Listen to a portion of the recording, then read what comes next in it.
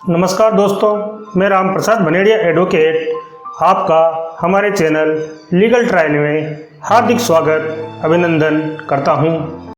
साथियों, आज की वीडियो में हम बात करेंगे कि अगर कोई व्यक्ति कोई संपत्ति खरीदने जा रहा है तो उस समय उसे ऐसे कौन कौन से डॉक्यूमेंट्स होते हैं या ज़रूरी चीज़ें होती है जिसका उन्हें बेहद अच्छे से ध्यान रखना चाहिए।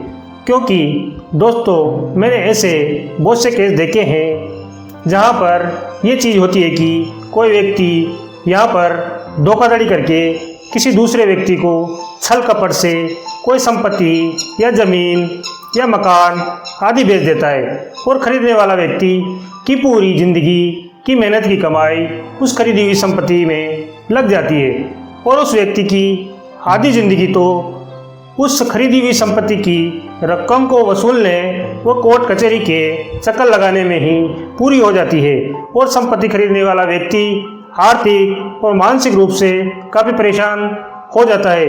तो दोस्तों, मेरा आपसे यही निवेदन है कि आप अपनी ज़िंदगी भर की कमाई या फिर लोन उठाकर या फिर कोई भी पैसा इन्वेस्ट करके कोई संपत्ति खरीदने जा रहे हैं तो उस स्थिति में आप थोड़ी सी समझदारी व सतर्कता दिखाकर उस संपत्ति को खरीदें। दोस्तों, किसी भी प्रॉपर्टी को खरीदने से पहले सबसे पहले ये बात ध्यान रखनी होती है कि जिससे हम प्रॉपर्टी खरीदने जा रहे हैं वह उस प्रॉपर्टी का मालिक या ओनर है कि नहीं।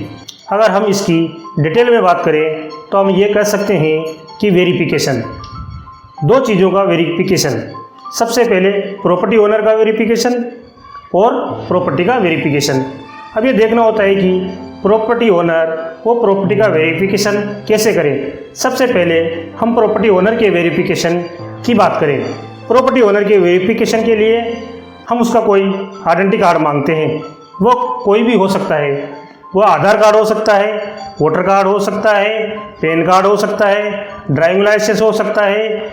उनको लेने के बाद फिर उसका वेरीफाई करते हैं। हालांकि इंटरनेट के जरिए आधार कार्ड नंबर से, वोटर कार्ड नंबर से, पैन कार्ड नंबर से वेरीफाई हो जाता है कि ये सही है या फेक है।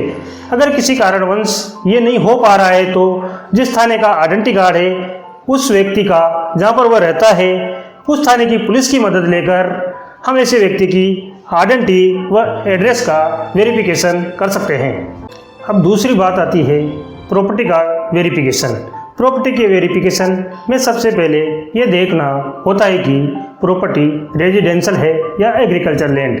अगर प्रॉपर्टी एग्रीकल्चर लैंड है तो तहसील से उसका पिछले 12 साल का रिकॉर्ड निकलाते हैं, जिससे हमें ये पता चल जाता है कि ये एग्रीकल्चर लैंड कब कब किस किस व्यक्ति के नाम रही और कब कब किस किस व्यक्ति से स्थानांतरित हुई है।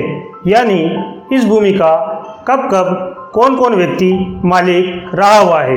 यदि प्रॉपर्टी रेजिडेंशियल है तो रजिस्ट्रार ऑफिस जाकर उस प्रॉपर्टी के पिछले 10 साल का रिकॉर्ड देखते हैं।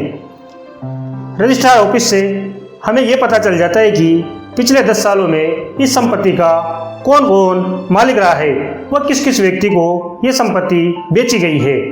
इस तरह से हम तहसील व सब रजिस्ट्रार ऑफिस से प्रॉपर्टी का वेरिफिकेशन करते हैं।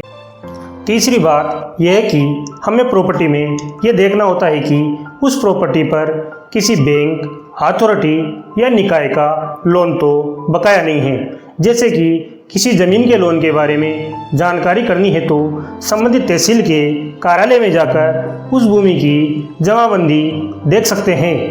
अगर उस भूमि पर किसी बैंक का लोन होगा तो उस जमाबंदी में उस बैंक के नाम का रहन का म्यूटेशन यानी नामांतरण खुला हुआ होगा, जिससे हमें पता चल जाएगा कि ये ज़मीन फला बैंक के नाम रहन हो रखी है। इसके अलावा ज़मीन पर रहन देखने के लिए हम इंटरनेट पर अपना खाता .com पर जाकर भी उस भूमि की जमाबंदी की तलाश कर सकते हैं। उससे भी रहन का पता चल जाएगा। अब चौथी बात यह है कि जिस ज़मीन या प्रॉपर्टी को हम खरीदने जा रहे हैं उस प्रॉपर्टी का फिजिकल इंस्पेक्शन यानी मौका मुआयना भी करना चाहिए। फिजिकल इंस्पेक्शन इसलिए ज़रूरी होता है कि जिस प्रॉपर्टी को हम खरीदने जा रहे हैं उस प्रॉपर्टी पर उस व्यक्ति का कब्जा है कि नहीं, या उस प्रॉपर्टी के संबंध में कोर्ट में कोई विवाद तो नहीं चल रहा। फिजिकल इंस्पेक्शन से उस प्रॉपर्टी की लोकेशन व दिशाओं का तथा नक्शे का ज्ञान भी हमें प्राप्त हो जाता है, जिससे कि प्रॉपर्टी खरीदने के बाद में हमें कोई अड़चन व समस्या पैदा नहीं हो। इसके साथ ही हमें यह भी पता चल जाता है कि वास्तव में वो प्रॉपर्टी उतनी है कि नहीं जितनी बेचने के लिए हमें बताई गई है। जैसे हमें 5 बीघा ज़मीन मौके पर बताई गई हो तो मौका मुआयना करने पर हमें यह पता चल जाएगा कि वास्तव में वो भूमि 5 बीघा ही है या उससे कम है। इस तरह से फिजिकल इंस्पेक्शन करना हमारे लिए बड़ा ही महत्वपूर्ण होता है। 5वीं बात, प्रॉपर्टी खरीदते समय ये ध्यान रखनी होती है कि खरीदी जाने वाली प्रॉपर्टी सामलाती तो नहीं है, यानी वो प्रॉपर्टी 4-5 भाइयों की संयुक्त रूप से तो नहीं है, और उस प्रॉपर्टी का कोर्ट से लीगल रूप से बंटवारा भी हो रखा है या नहीं, क्योंकि कोर्ट से लीगल रूप से उन व्यक्तियों या भाइयों में बंटवारा नहीं होने की स्थिति में बाद में ये विवाद उत्पन्न होता है कि हमने जो ज़मीन खरीदी है वह किस दिशा में स्थित है, उसकी साइड कौन सी है, उसके उत्तर दक्षिण में व पूर्व पश्चिम में किसकी ज़मीन है। उस एक व्यक्ति का हिस्सा तो हम खरीद सकते हैं, लेकिन बंटवारा नहीं होने की दशा में उसकी लोकेशन तो हमें नहीं मिल पाएगी कि हमने जो ज़मीन खरीदी है वह वास्तव में वही ज़मीन है। इस प्रकार से ज़मीन खरीदते समय इस बात का भी ध्यान रखा जाना बड़ा ही महत्वपूर्ण है। दोस्तों, इस तरह से हमने इस वीडियो में कोई प्रॉपर्टी या ज़मीन आदि खरीदते समय क्या क्या सावधानियां रखी जानी चाहिए और किन किन बातों का ध्यान रखा जाना चाहिए उसके बारे में आपको बताने और समझाने का एक छोटा सा प्रयास किया है।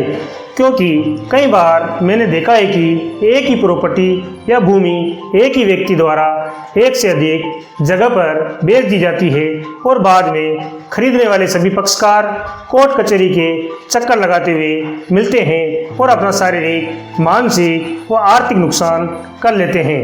उम्मीद है आपको हमारा ये वीडियो पसंद आया होगा। दोस्तों, अगर आपको हमारा ये वीडियो अच्छा लगा तो हमारे वीडियो को लाइक करें व हमारे चैनल लीगल ट्रायल को सब्सक्राइब करना ना भूलें। धन्यवाद। जय हिंद, जय भारत।